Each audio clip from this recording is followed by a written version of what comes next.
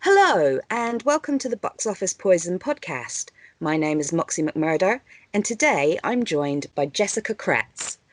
And the reason, hi Jessica, Hi.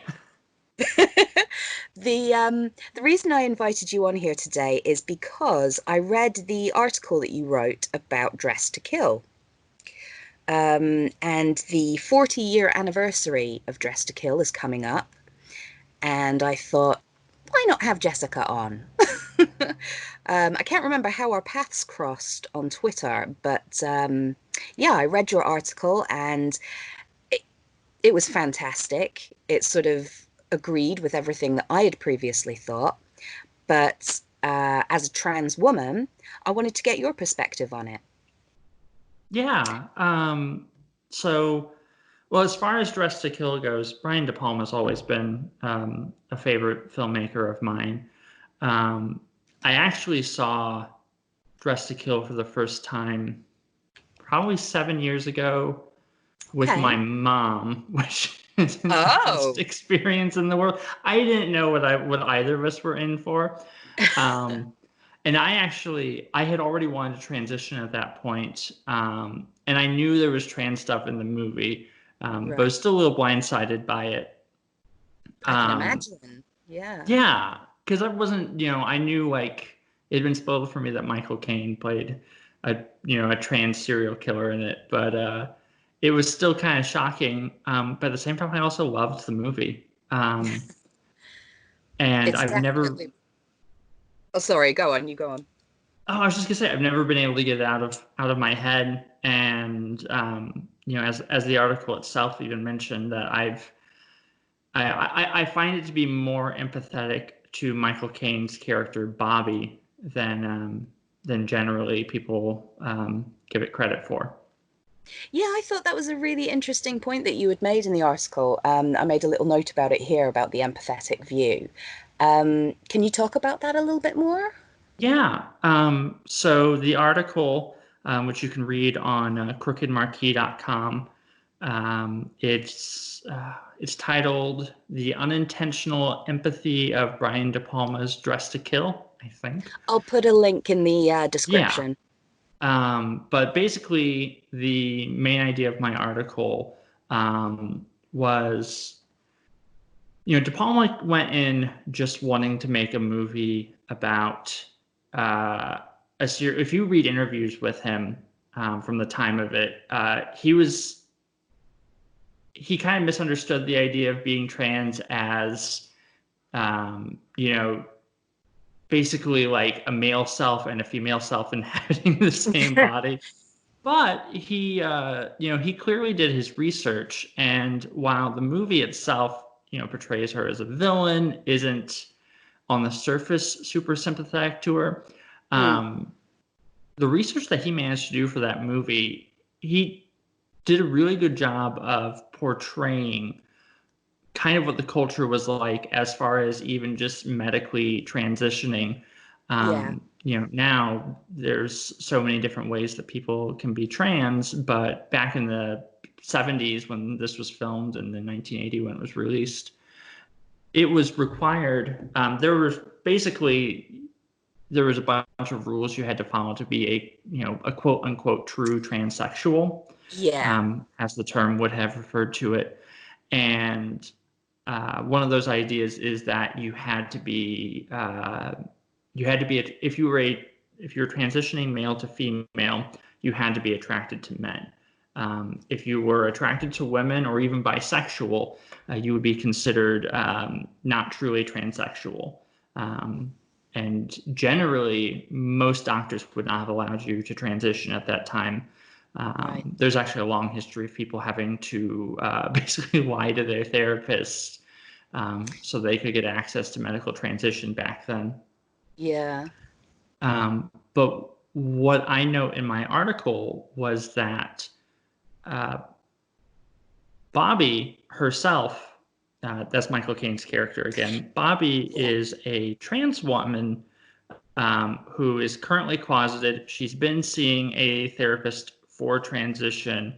Um, However, as a therapist, she would have known that generally she would not have been allowed to transition because of her attraction to women. And what the Mm. movie plays off of is, the kind of gobbledygook idea that it's, a male and female side operating the same body. But when the male side becomes aroused by women, um, the female side ends up coming to the forefront in the film and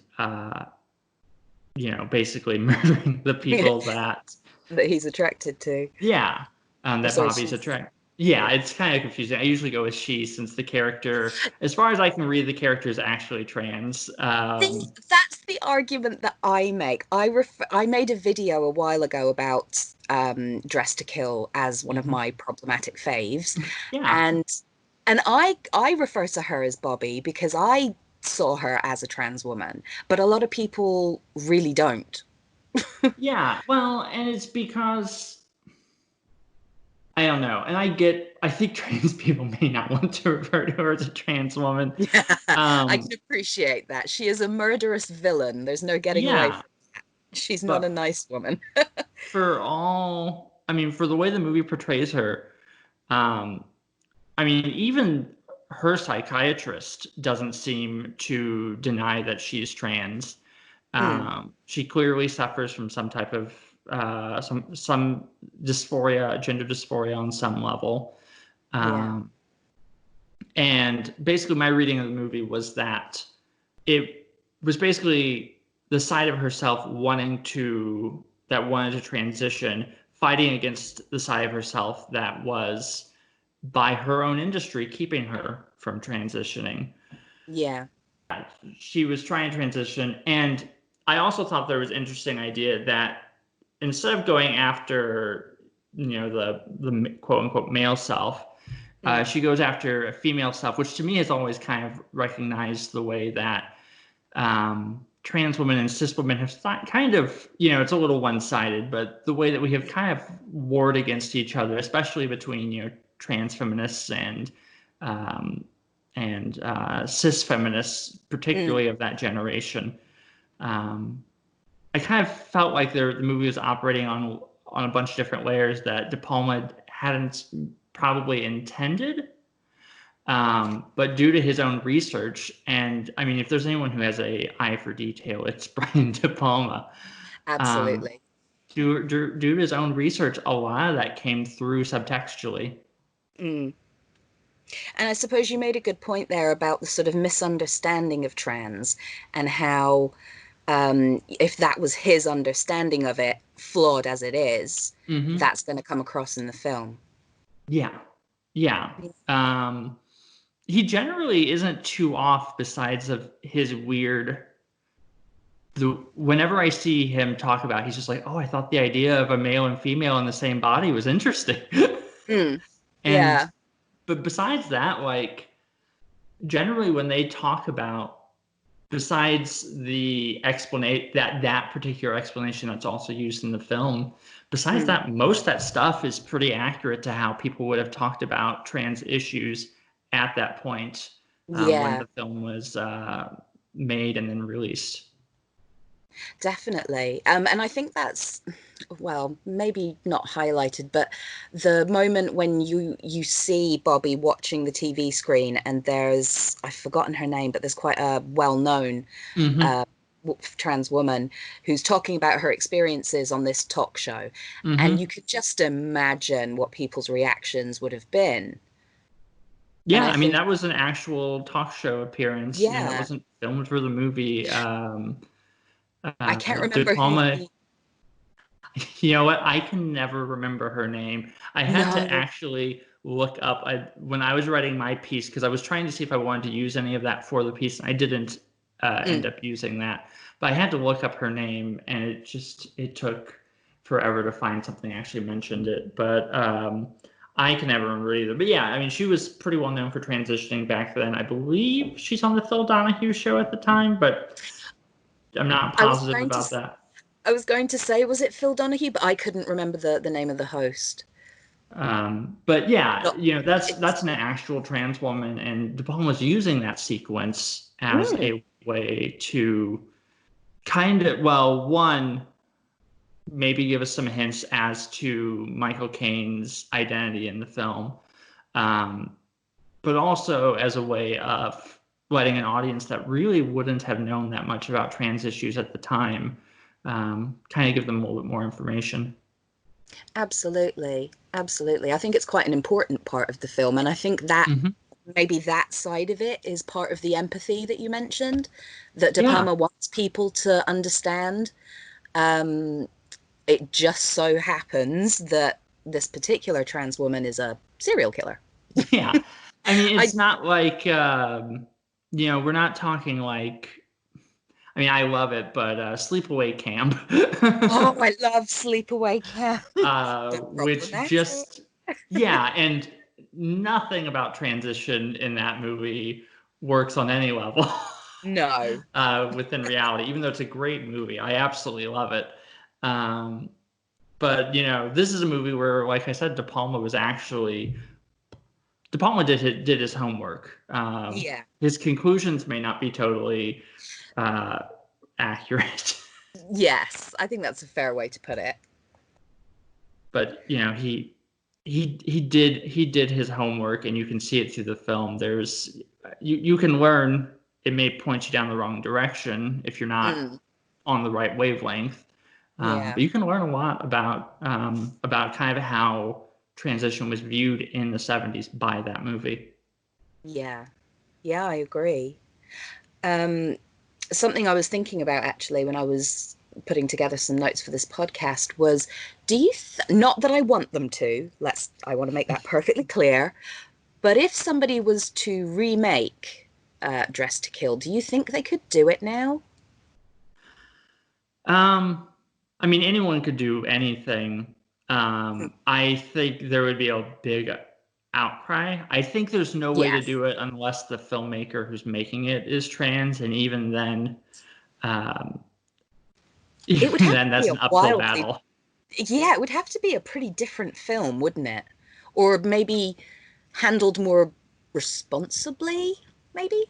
Maybe, and the thing is, I don't know how you could in a way that wouldn't either dilute the horror of the film, Mm, because it's first and foremost a horror movie. yeah. Uh, I don't know how you would do it without diluting that or Mm. without, angering the trans community or Yes, both. and rightly so, I suppose. Unless you, like you say, you do something very different and are, I don't know, a bit more responsible with it. But yeah, it just crossed my mind earlier today. Like, would they remake it? Could they remake it? Should they remake it? I mean, it was a I big don't. hit when it came out. It's kind of been forgotten compared to other movies from that time. But it was a big hit. I mean, it could be remade, and I actually wouldn't mind seeing it remade. I love it. I'd love to see. Um, there's plenty of trans filmmakers out there, I'm sure, that haven't been given the chance to do something. I'd love to see someone tackle it. Um, However, I don't know how feasible it would be on Yeah, even just I can't imagine a studio wanting to take that on. yeah, yeah. That's a fair point. Um, yeah, it was just something that crossed my mind. Hmm. Um, I have seen some readings of the film that suggest that the fact that Bobby is killing other women, and how do I put this, sort of as Dr. Elliot finds these women attractive, Hmm. Bobby comes to the surface. Is that some sort of like homophobia, do you think, with this woman killing another woman that she's attracted to? So, as I kind of mentioned at the beginning, the idea was if you're attracted to women, generally you wouldn't have been allowed to transition. Right. And so that's how I've always read it. I've always read about it as the male side's attraction to women preventing Bobby from being able to actually Mm, transition herself. And I've also always read it as maybe hinting at the animosity that has sometimes existed between trans women and cis women. yeah. The gay, the homophobic gay reading is actually a one I'm not familiar with, and It's an interesting one. I hadn't actually considered that before. I hadn't really considered it either, to be honest. I was, I think it was on Reddit somewhere. Everything's Mm, on Reddit. yeah. But somebody had brought it up, and like you, I had read Bobby's reaction in these murders as based in rage and Hmm. anger, rather than any kind of, sexual twist on it. But when I read it, that it may be homophobia, I was like, oh, okay, that's interesting. I hadn't considered it, and I was trying to think it through. But I just wanted to get your perspective on it. Yeah, there's an interesting idea about internalized homophobia there for Mm, sure. yeah. That again, I hadn't ever considered before, but it's kind of a fascinating idea. Um, there's almost like a jealousy on the, on the part of the Yeah. Bobby side to the to the Michael Caine side. I can never Dr. Elliot, that's the name. Yes, Dr. Elliot. It's sometimes hard to distinguish, isn't it? But Hmm. I do tend to call her Bobby, but sometimes if I'm referring to what the character has done as Dr. Elliot, Because the um, movie even treats them as separate identities. oh, I absolutely. think again, it's a gobbledygook kind of way, but Yeah. So Brian De Palma has, I think, um, quite a large theme in his work of identity. And because you're oh, a of big De course. Palma fan, I thought I'm going to bring this up because I have no one else to talk to about this. But identity is such a huge part of his, I don't know what you want to call it, his theme, his Hmm. overture, if you will. And I think Dress to Kill is one of the most interesting ones because of that sort of split. I don't want to call it a split personality because that's not truly what it is. Hmm. Because what they show in the film isn't what we now consider to be dissociative identity disorder. Yeah. So, like you say, the gobbledygook is all. Sorry, Newt. Sorry, my dog is getting involved. Um, what was I saying? Yes, identity. Um, I think that Dress to Kill is one of the most interesting ones because of that split. So you agree that identity is a big deal to him? Yeah. I mean, even just the idea of multiple identities within the same body, multiple identities inhabiting the same space, regardless of whether there's any science to back up his version of it. Yeah. Um, and identities fighting against each other for dominance is always, whether it's sisters or Yeah. Raising Cain, Yes. um, Even or Carrie. Carrie or Femme Fatale, Yep. Yep. with her Even taking the place of another person who looks identical to her. yes. Yes. Even things like Phantom of the Paradise has a big sort of identity theme running through it. I feel like it's everywhere in his work. Oh yeah. Um, Um, I don't necessarily know what that means about De Palma, but I well, know it's a thing. I've always read it as, if you ever watch, especially if you like read old video, see old interviews with him, he's pretty well spoken, but he seems kind of timid. And from what I had heard when he was in high school, when I've read interviews with him, Mm. in high school he was pretty timid. But you see these movies, and these are not timid movies. It's almost No. as though he himself is, through his movies, maybe exposing a truer version of his identity. I think he's less shy now, especially if you've seen the De Yeah. Palma documentary. But Yeah, I have.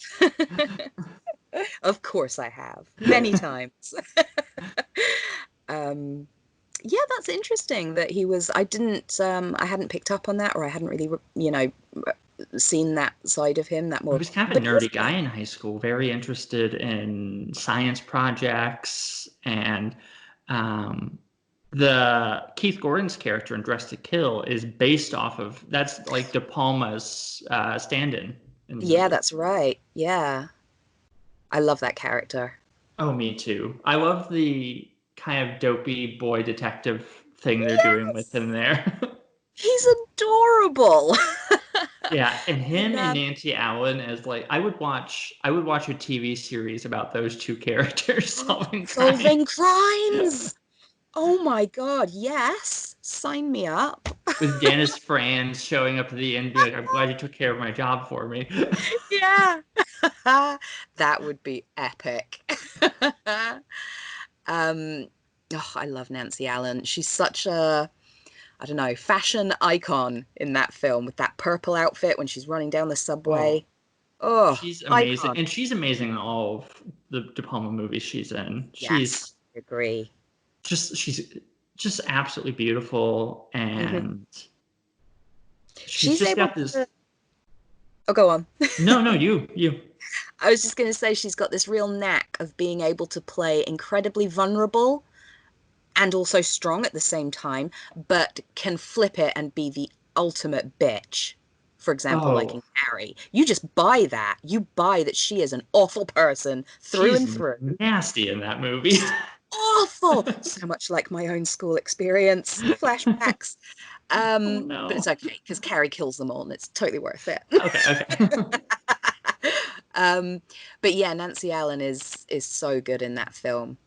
And I like that she pops up in a few of De Palma's films. I know a lot of people think of it as what, like nepotism or whatever, but she was obviously a sort of a muse for him. Yeah, she was amused before they got married, before they got Yeah. together. It was, I think Carrie, what that brought them together, and Mm, they only did what, 4 movies together? I think so. Carrie, home movies, Dress to Kill, and Blowout. I think because I think Blowout was the last one, which I I wanted to think end on.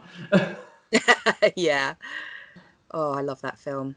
That ending. Oh, Oh, good scream. right, the good scream, and he's just sitting there crying. Oh, And I that love goes back to the idea of empathy in his films. I had somebody comment on my article being like, I don't think this writer understands. it. Oh, I don't think De Palma's very empathetic, but I don't know how you could watch a movie like Blowout or yeah, especially Carrie. I mean, she ends up murdering everybody, she but that does. movie is so much about her interior life and a Yes, lot of what pushes her to that moment. De Palma is both enamored and very, very empathetic to her. I agree. Um, for example, I know De Palma gets a lot of shit for being misogynistic, Mm-hmm. which I think is a little unfair. I mean, it's the same thing that Hitchcock got. You know, everybody said he was Mm-hmm. misogynistic, but I personally think that that's a failing of the genre that they work in that women are always the victims. Yeah, and even De Palma has said that. That's, he's like, in my genre, that's what That's just happens. how he is. It's unfair to label him a misogynist, especially when there are so many strong women in his Yeah, films. and even I believe Laura Mulvey even backed off on because she was one of the ones who really first pushed the idea of, with the male gaze with Hitchcock. And I Yeah. believe she eventually decided that years later that she felt he wasn't a misogynist. And I'd like to see the same thing happen with De Palma because, yeah, the women are often victims in his thrillers. You don't see it as much in his movies that aren't thrillers, besides something like Casualties of War. Yeah. Um, but in general, the women that are in his movies, there is so much put into them. The men are generally cowardly. Yeah. Yeah. Cowardly. They can't. They tend to not be very good about taking action. Mm, Think about Craig Wasson in Body Double, even yeah. Travolta, In who just Blowout. screws up over and over again in that film Yeah. and Yeah. Blowout. That's a good point. There I was focusing on the fact that the women generally have a little bit more to their character than the men, but you're right, they do lack a sense of action sometimes, or it Yeah, takes them a while to get there. yeah, the men tend to fail in his thrillers. Um it's the women who tend to be more, and you could argue that he punishes them for being more active. Yeah, you But they could, yeah. tend to be the ones that take the initiative. It's Nancy Allen's character who is like, hey, I want to meet with this reporter, not knowing that the reporter is actually the killer in Blowout. Yeah. um, it's Nancy Allen who wants to meet with with him because she wants to get this figured out. She wants to uncover this. Yes. And it's Travolta who, one, is nervous about doing it, doesn't want to, and two, ends up failing her in his one job. Yes, in a most spectacular way. Um, and I guess there's a little bit of that kind of Hitchcock Rear Window thing with Dress to Kill, in as much as Nancy Allen is that Grace Kelly figure who goes Mm-hmm. and does the dangerous deed whilst he's watching through the window. Sorry, the Keith Gordon character is watching through the window. But that's just an aside. Well, and even uh, Nancy Allen is in the elevator, in that amazing elevator sequence where Bobby kills Angie Dickinson's character. mm, Um, we should talk about more because I love her in that movie, especially the whole first half hour that she's in is great. yes. But they're also playing with the idea of Rear Window. Rather than a window, it's Nancy Allen standing in front of an elevator, gazing up at the mirror in the elevator, that then Yes. allows her to see the murder and Yeah. prevent herself from being murdered. I love the way that the whole sequence is shot and set up. It's so striking. The first time Mm-hmm. you, well, I find it still quite striking, but the first time you see that, it was a shock because you're with Angie Dickinson and, she's just slept with this guy and it turns out he has venereal disease. And like you say, she's being punished, you could argue. And then steps into the elevator and you're thinking, oh, is she going to be able to go and get her wedding ring back in time? And then suddenly Bobby appears and slash hack, her beautiful white coat is ruined. Oh, just covered in in blood. Yeah. Um, and the feminist reading of that had always been that De Palma was cruel because she gets um, she finds out the guy she slept with has VD right before Yeah. she's been killed. But I think De Palma is cruel while also being empathetic. I don't think with him those are uh, mutually exclusive. He seems to really care about Angie Dickinson's character. Time following her through that film and following her through her own unhappiness with her marriage, and she finally has an opportunity. Maybe you can argue whether or not she should have taken that opportunity to actually see another man. Mm. But she's just trying to bring life back. Yeah, she's trying to live. Let her live. Let her feel her oats. um, and maybe the movie blames her, maybe not, but she's not the one who has VD. It's the scumbag who even looks scummy in that museum sequence. um, but it's the scumbag who gives it to her. Mm. Um, yeah, she's probably being punished, but I think De Palma actually wants us to feel for her too. We're not just supposed to be like, oh, that bitch got it. Yeah. We care that she's died. We have identified with her up until this Yeah. point, Yeah. much like Absolutely. Marion Crane in Psycho. Yes. Yes. Another Hitchcock doozy there. I mean, I suppose it is the most Hitchcock film that he's done, I would say, because you do have all these different elements of Psycho being played out, but in a more up-to-date sort of way. Yeah, well, I've always read it as him criticizing and commenting on Psycho. I wrote another article um, a couple months ago. It was originally a paper I had done for my university, basically about the idea that De Palma, he often gets saddled with the idea that he's just ripping off Hitchcock. Mm, Something I've never bought into. Um, no. I see him less as influenced by Hitchcock and more as influenced by Godard.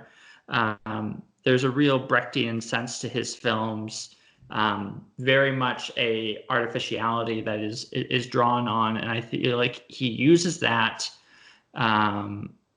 in the very Godardian way to then comment on the Hitchcock films that he grew up on. I feel like De Palma's work is very stylized. Mm-hmm. And so was So, Hitchcock's, but Hitchcock's wasn't in exactly the. Hitchcock played it straight, and I would argue that De Palma usually doesn't. mm, interesting. See, I always felt like Hitchcock's films are very much a wink and a nod, They and so is De are, Palma. they are in that they tend to be very funny. Yes. Um, but I would argue that as far as his specific filmic style, Hmm. um, his use of camera movement, his use of editing throughout his films, Mm. that is all very serious. Yeah. It tends to be the humor that plays out through the dialogue, where I believe that most De Palma's films are most of the thrillers are comedies playing on the idea of Hitchcock and the idea of the Hitchcock language. Interesting. I mean, think about Body Double. That movie is all just lampooning Hitchcock. Yeah, that's true. That's true. I always feel like it's a shame that he gets, tarred with that brush of you're just a rip-off artist. Um, because I see him as being really influenced by Hitchcock, but I'm okay with that. I love Hitchcock. If somebody wants to make a Hitchcockian film, I say go for it and I'll watch it, And you know? very few other people do. And he's the only one who's really been able to do it on that level. Yeah. There's other people who've played in that same. I cannot think of his name, but the Australian filmmaker who did Psycho 2. Oh, I do know because I Whoever's spoke. listening, this is losing their shit right now. Yeah, especially because I just did a podcast not long ago about Psycho 2. Oh, So I love that movie. bad Moxie. I can't believe I forgot Richard his name. Franklin. Oh, you got there just as I was typing it. Yes, Richard Yeah, Franklin. who great, great. Probably after De Palma, the best of the Hitchcock disciples. And I do think De Palma is doing Hitchcock style. De Palma is a great technician on that level, able to take the language of Hitchcock and use that. But I also think there's that added dimension where he's also commenting on his films, where Richard Yeah. Franklin, I think, is more doing like a drive-in movie version of Hitchcock, especially with something like Road Games, Oh, okay. Yeah, I see what you mean. where someone like De Palma, I mean, you could argue, especially the movies in the '70s had kind of that B movie flair to it. But I always read that less as drive-in and more of him playing with the ideas of Hitchcock, kind of poking fun at the things about Hitchcock that he doesn't think work. Mm. I mean, the whole psychiatrist's explanation near the end of Yes. the film, and Nancy Allen's explanation, sexual reassignment surgery, is Yeah. so much playing off of the really stuffy, let me tell you everything that happened ending of Psycho. Yeah.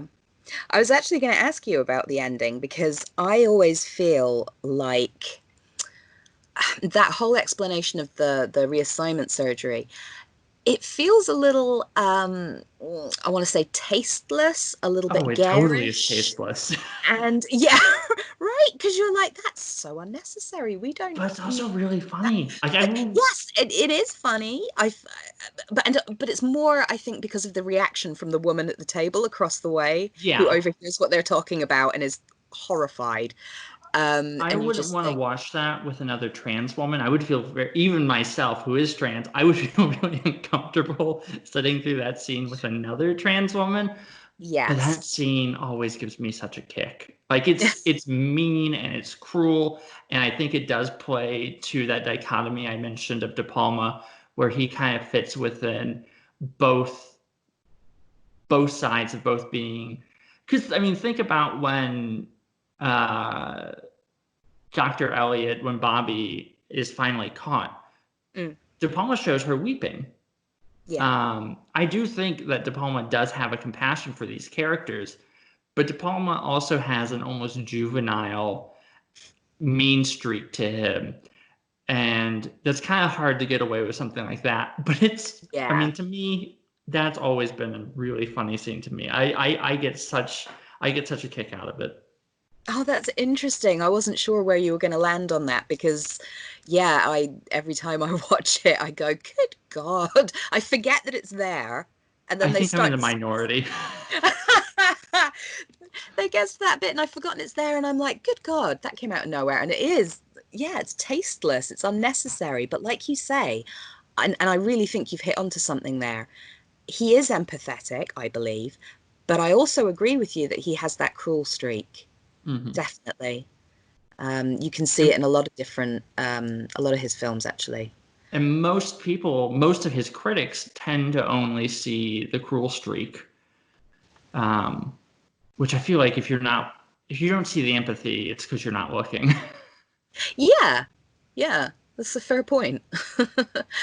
Um, I think De Palma gets a lot of crap in general as a filmmaker. I'm not so sure that he's really ever been taken all that seriously. Um, Perhaps at times, I think but it's changed over the last 20 years. I think especially with Criterion oh kind yeah, of yeah, rehabilitating and bringing back movies like Blowout, and they had a version of Sisters and even Dress to Kill. yeah, yeah. I There's do been a lot of reappraising of these films. Yeah. However, I do still think there is a pretty large swath of the critical community that does tend to see him as just a third-rate Hitchcock. Yeah. And that's a shame because it's not true for a No, start. no. It's just not true. I mean, this guy is such a meticulous filmmaker. The shots that he sets up in multiple films, whether it's Carrie, whether it's Dressed to Kill, whether it's Sisters, whether it's The Untouchables, he sets up these incredible long shots. A oneer, I believe it's called, or something like that. Hmm. You're just following, this person or whatever's happening, and there's no break.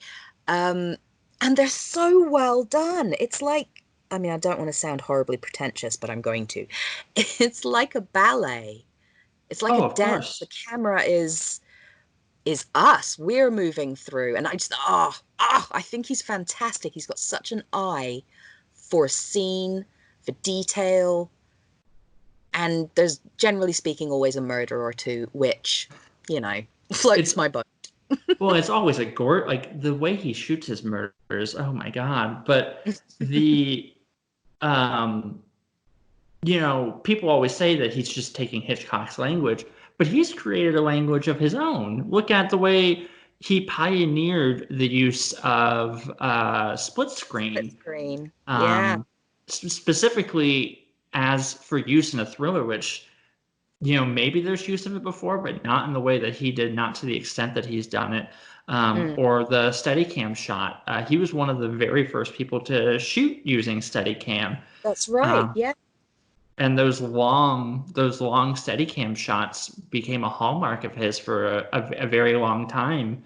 Um, there's one in Dress to Kill, the gorgeous museum sequence where he follows Yeah. her around, um, or maybe more infamously, the opening sequence to Bonfire of Vanities. Oh, of course. Yeah. I There's was, yeah, I was just sorry. I was just thinking of, the shots from oh God, it's just gone out of my brain. Raising Cain. oh, There's that shot with the doctor. She's again, I think mm-hmm. it's an exposition thing, isn't it? Where the doctor is telling somebody about Cain and how he was raised and how it's all come to be. And it's just this one glorious long shot that, ugh, it's just Well, so good. he's always said in interviews he realizes exposition is important, but he hates the way it's usually done in movies. And so to Mm, him, if he's going to do exposition, it has to be visually interesting. And he found that the Steadicam is a really great way of doing that, especially in that shot that you mentioned, Raising Cain.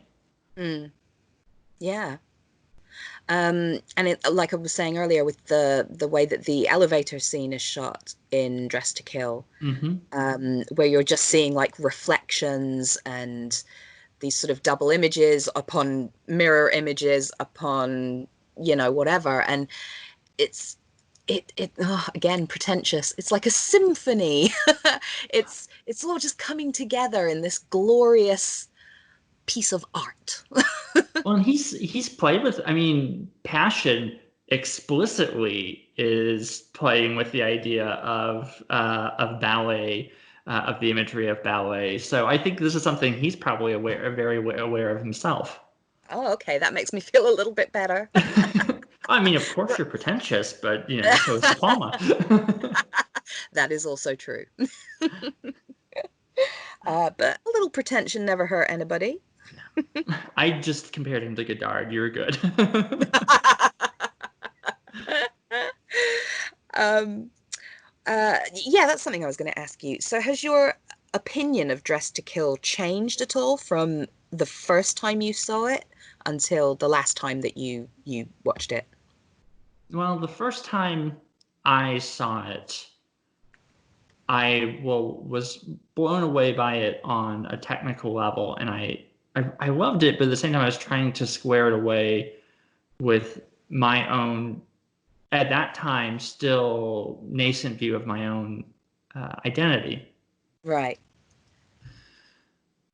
And I do think that my reading of the movie, of the empathy and De Palma's depiction of the medical industry's look towards transition. I do think part of that is me trying to find things to like about a movie with some really abhorrent stuff Right. that I also love to death. Mm.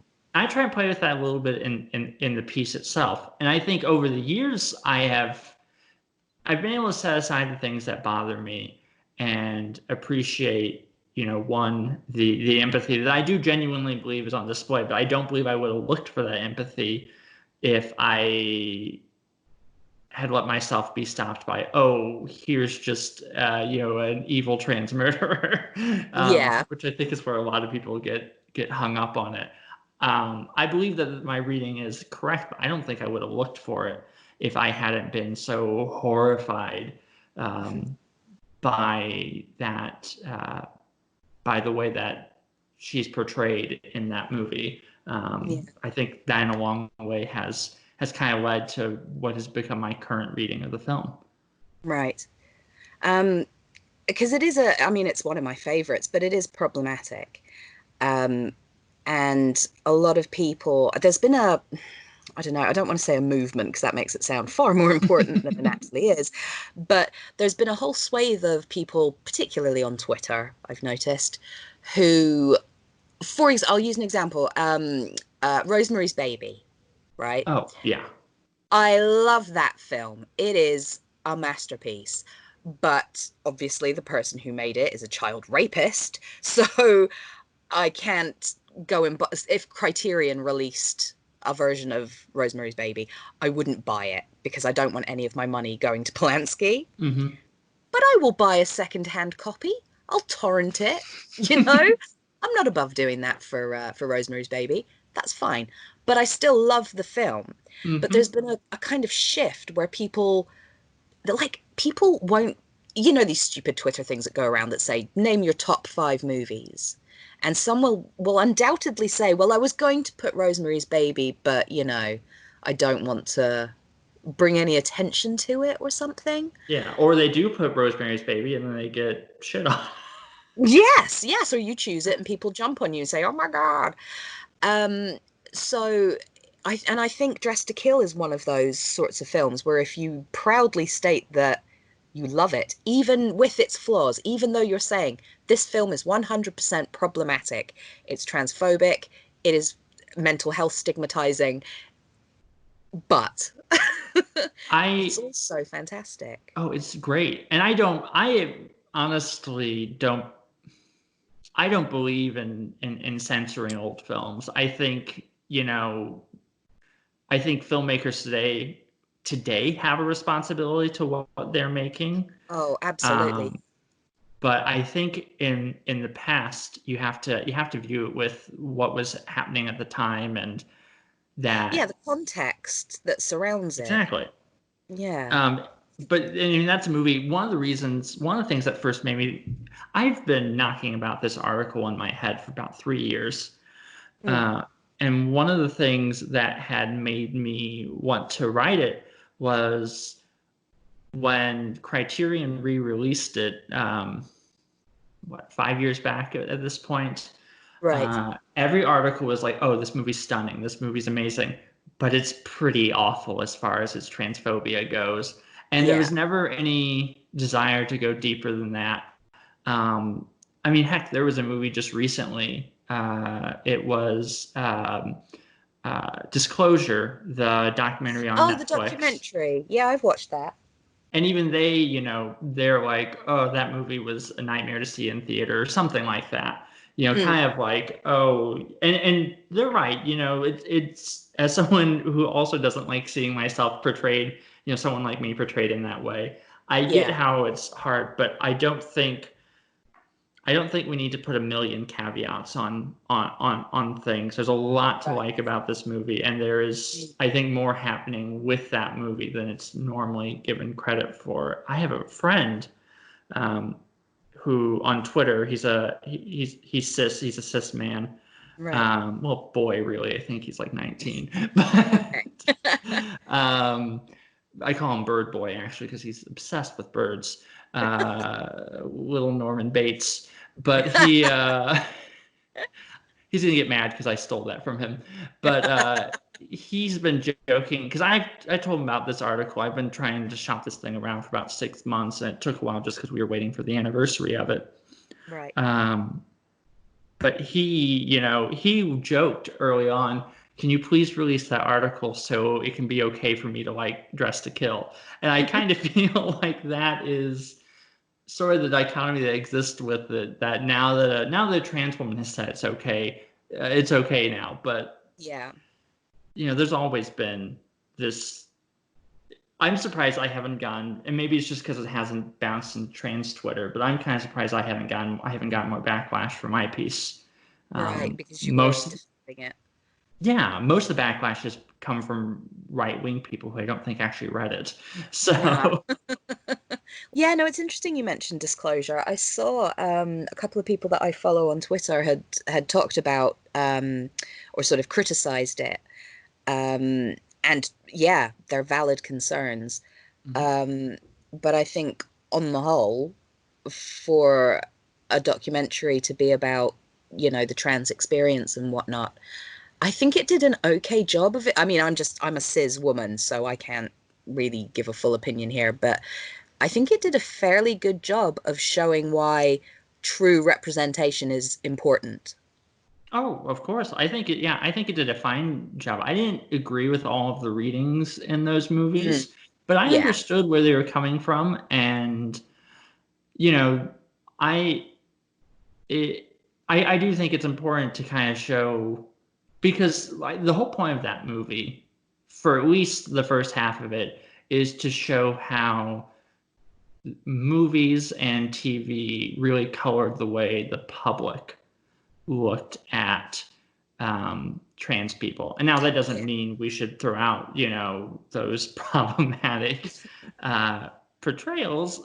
but they did, you know, around the time when I first came out, someone was being cruel to me on Twitter and called me Buffalo Bill. And I am not the first trans woman to be compared to Buffalo Bill. And they even mentioned Yeah. that in the movie. Yes, they did. I was just thinking about it actually when you said it. I was actually thinking of the clip of Jodie Foster when she says about I think she's is it homosexuals or transsexuals are generally quite Transsexuals. passive people. Hmm. And I think that was used in the film as well. Yeah, the Uh, movie tries to shy away and say, "Oh, this person's not actually trans," but that mm, doesn't that doesn't that didn't impact the viewer. The viewer Yeah, ignored that part, and that's what it they definitely see as trans. exactly. Yeah. Um, I It mean, I'd must be rather be called difficult. Buffalo Bill. When I first came out, my dad said, "Oh, you mean like Caitlyn Jenner?" And honestly, I would rather have preferred Buffalo Bill to Caitlyn Jenner, but That's the horror fan inside of you. Dad, why can't you just reference Sleepaway Camp? Yeah, yeah. It must be, and I suppose I'm guilty of doing this myself through this podcast in a way, that you were saying, oh well, if a trans woman says it's okay to like X, Y, and Z, I can like it. Yeah. And so I asked you to be on the podcast because I read your article and I thought, oh, I really want to hear a trans woman's view of this film. Well, See I how it don't think that's differs. a bad thing, but I do think that You don't speak for all trans women, no, and I I don't. appreciate that and I understand that, but perhaps I don't know. I was maybe a little bit concerned that am I putting you on a pedestal somewhat to say it's okay, I can like Dress to Kill because my trans friend No, and Jessica says it's okay. I don't think that's what you're doing. And I do think it's important for someone like me who does like the movie to speak out about why I like it. Especially when the movie there's been such a monolithic take on it in the last decade Yeah. that I would have wished I had seen it. The reason I wrote this was because I wanted that take to be out there. So no, I don't think you're doing anything wrong by having me on this show. I hope not. No, um no. I mean I'm just I gonna do have, cancel you when I get off the call. So yeah, don't worry right, about it. cancelled Like within 5 episodes. Typical. cancel Typical. McMurder. McMurder is over Yeah. party. Is that what you're? Yeah. Yeah, McMurder. um what was I gonna say? Yes, I do have other trans friends, but they haven't seen the film. They're not interested in seeing the film. So, My wife is not interested in seeing the movie either. oh, really? So She's yeah, missing out. yeah. Most trans people don't want to, and I'm not going to make them see it. But I Oh, want to. yeah. I wanted to have a take that was honest to how I actually felt, Yeah. but was also just not the same thing I'd read over and over and over again. Because I always felt there wasn't a deeper. I always felt there's kind of a surface level view of that movie, Yes. which I mean that surface level is pretty awful, but Yes. I thought There's there no was maybe getting something around beneath it. it. I do like a problematic fave. Maybe that says something about me. I don't know. But You know, Sleepaway Camp was going to be another episode that I did because I some of think my it's favorite fantastic. movies are movies that are very problematic in the trans community. Yes. I love The Crying Game. I absolutely adore that movie. I haven't seen it in years, to be honest, but Oh, it's I have great. seen it. Or the Almodovar film, The Skin I Live In. Oh, yes, Which yeah. has I do know some other trans women who like that movie, but that Mm. movie, um, even that one is kind of controversial within the community. So we were saying that uh, De Palma didn't go out of his way to make an offensive film about a trans woman who's a killer. No, just in the same way, I don't think he sets out to make offensive movies about cis women who are victims. Yeah, right? Like that's like I said, it's kind of a casualty of the genre. Hmm. And until the genre changes, and I suppose at large society changes, which I don't see happening anytime soon, that's not going to change, you Hmm. know? And I suppose in a lot of ways it does reflect, this is a bit depressing, but it does reflect real life in a way, in terms of these thrillers where women are murdered, because that happens to trans women as well as cis women. Hmm. And, you know, it is what it is my I mean, point. there's a whole our culture is a large there's a large history of women being abused by men. Yeah. Um, and yeah, I mean, you can complain about how De Palma does it, and some people even say he does it for titillation. I only partially agree with that remark on it, but he's reacting, and the genre is reacting to something that's already there. Yeah. I often wonder what people truly mean when they say things like that, because I've seen that he's doing it for, titillation, whatever. And I'm like, who is getting off on this? Because They that's say what the you same mean. about Tarantino too. It's That's true, yeah. ridiculous. And like I appreciate there is an inner glee involved at times when you're Mhm. watching something that's hyper violent, particularly Mhm. if you're emotionally invested in it. For example, Carrie, um, which I always feel like is my own high school experience laid bare. So when she kills those horrible, nasty bullies, I am right on board. Like, There's a yes, catharsis. there is, isn't there? You're just so behind it all, even though in real life you would never, oh my God, clutch your pearls, whatever. Um, yeah, I've forgotten my point. De Palma's good. That's the point. That's the point. Morally good. Yeah. Well, he hasn't been named in any Me Too related things, thank God. So we've still got De Palma. It's I'm kind of okay. shocked too, because I mean, I don't want to be he married one of his actresses. a younger actress as well. There was a bit of an uh, age gap there. he was known to be kind of flirtatious with his starlets. I Mm, think in a generally harmless way. I've heard that Melanie Griffith, who they were very flirtatious, uh, yeah. but he was also there was in the book. I cannot think of it. The book about the making of Bonfire of the Vanities, Devil's Candy? Devil's Candy. In that, there's a part where like they mentioned he was the only one who could calm her down when she was upset about something. Right. But there was kind of a flirtatious, like she would sit on his knee and stuff. Mhm. Yeah. I Uh, um I always kind of took that to be the sort of and I mean it's not so much anymore, but that kind of director wooing his star. I mean, Hitchcock did it. I Yeah, don't know if that excuses it, but Hitchcock did no, no, it. probably not. But I always sort of took it as that, as like just a harmless flirtation sort of thing.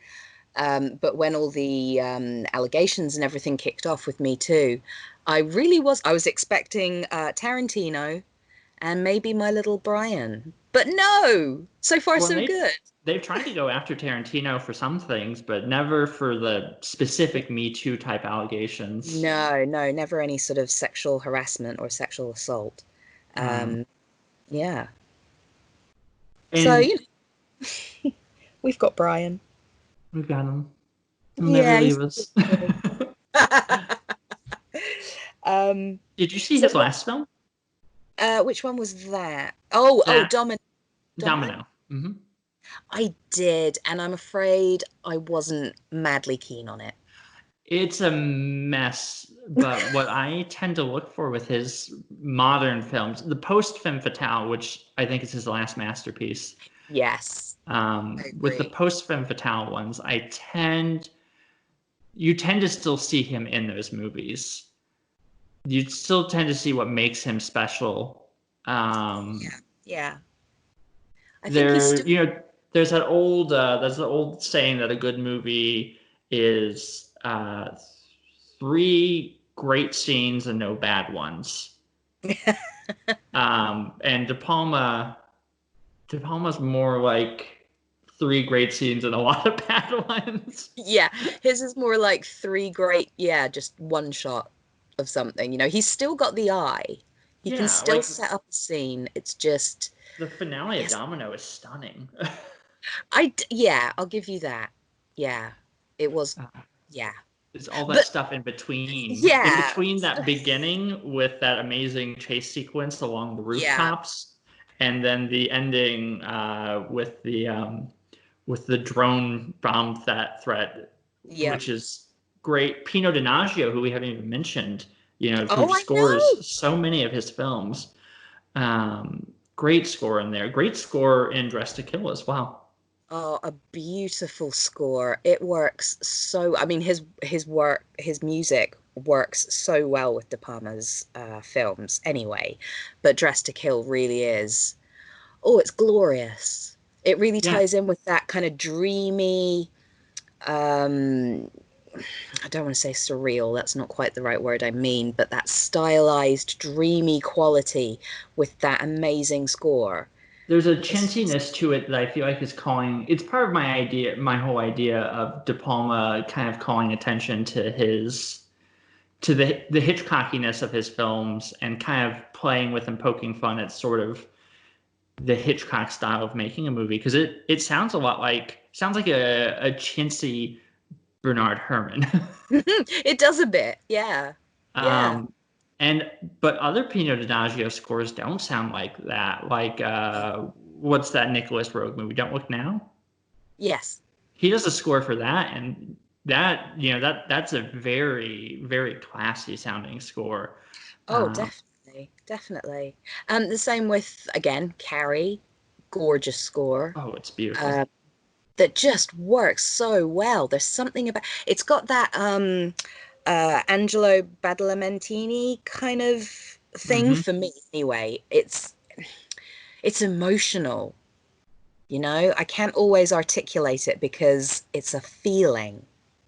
Oh yeah, I don't listen to just soundtracks. Just I know some people just put them on. I don't, with the Mm, exception of the Pino Donaggio, De Palma ones. Honestly, the uh, of the composers who have worked with De Palma a lot, at least two or more times, I would probably take Donaggio's scores with De Palma more than I would take Ennio Morricone or mm. even Bernard Herrmann's scores with De Palma.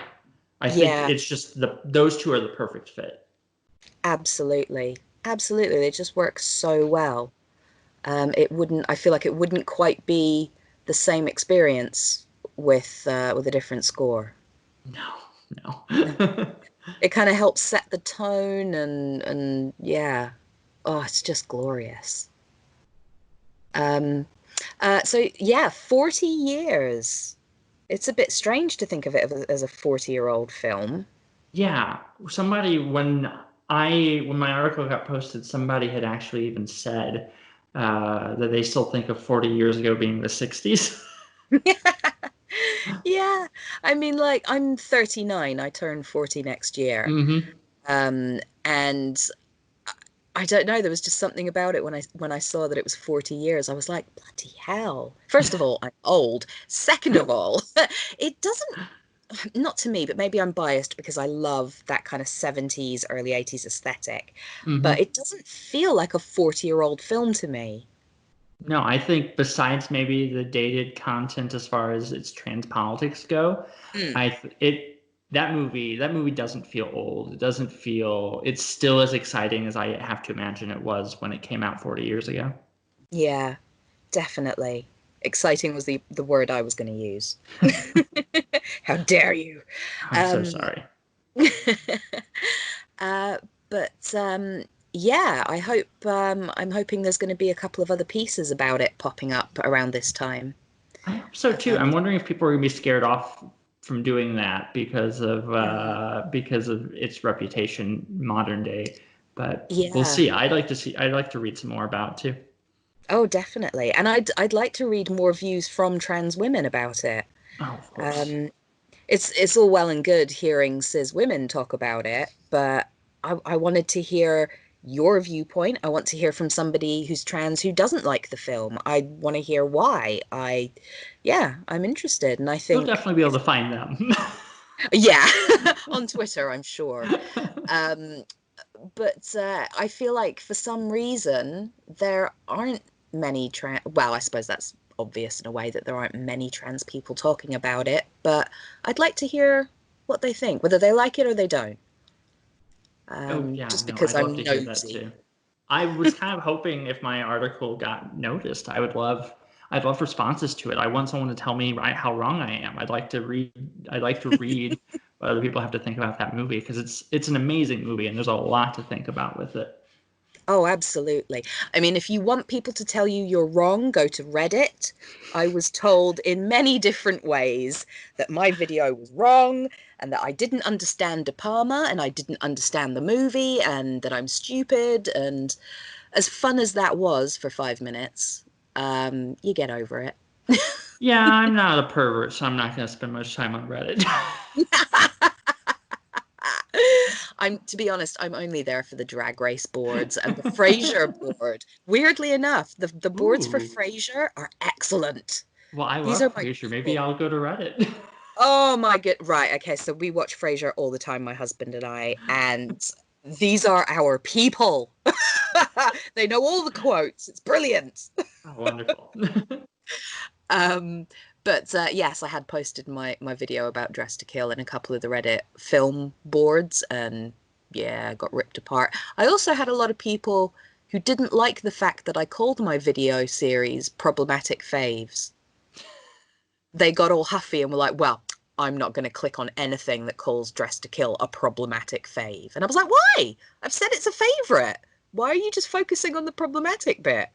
What? Yeah, the very idea of something being problematic, there's some people who just have a knee-jerk reaction to anything being called that.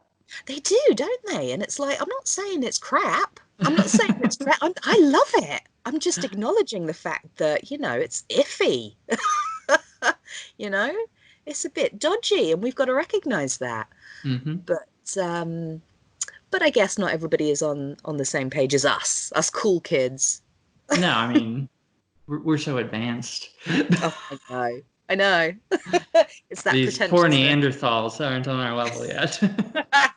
I hope They the are the Redditors ones. hear this. Yeah, I'm gonna get they're the doxxed ones that within an don't hour and a understand. half. Oh my God.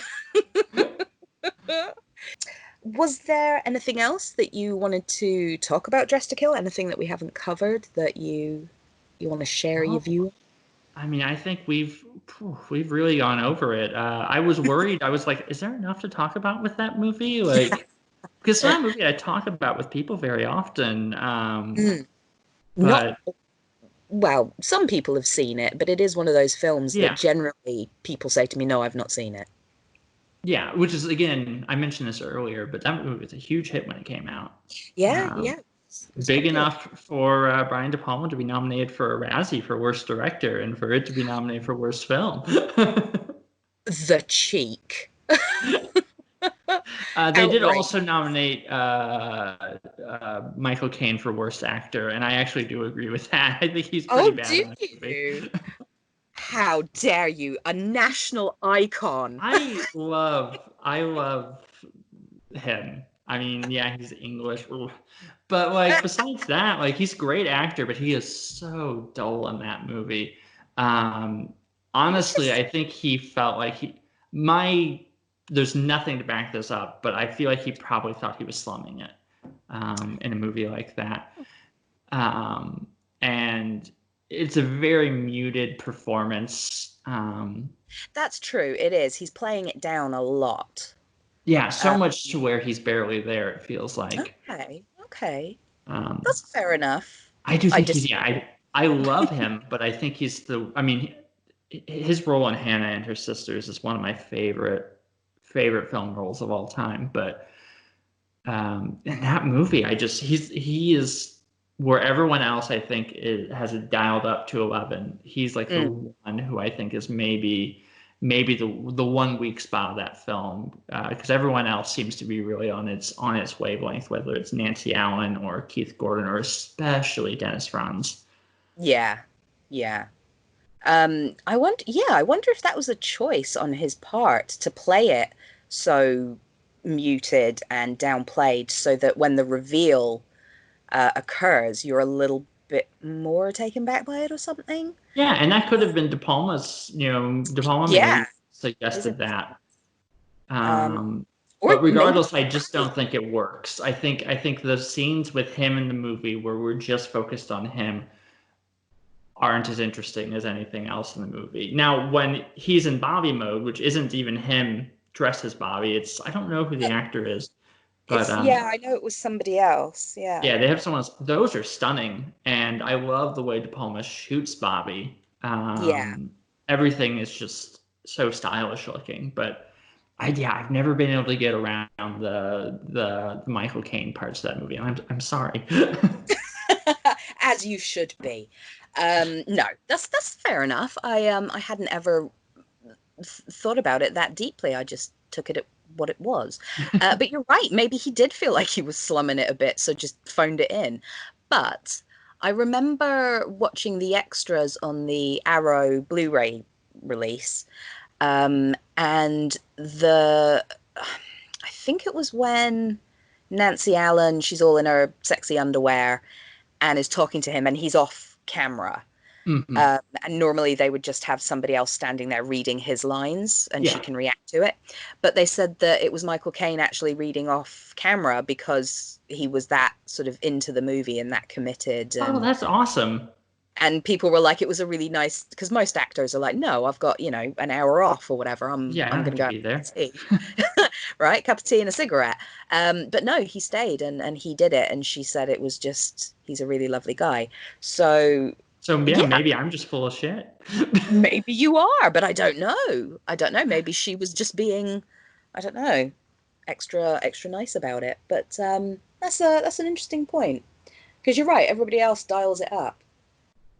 Yeah, he's the one. And your point of maybe it's to hide, and maybe that was a choice by either Kane or De Palma or both, is Mm, one I hadn't really considered.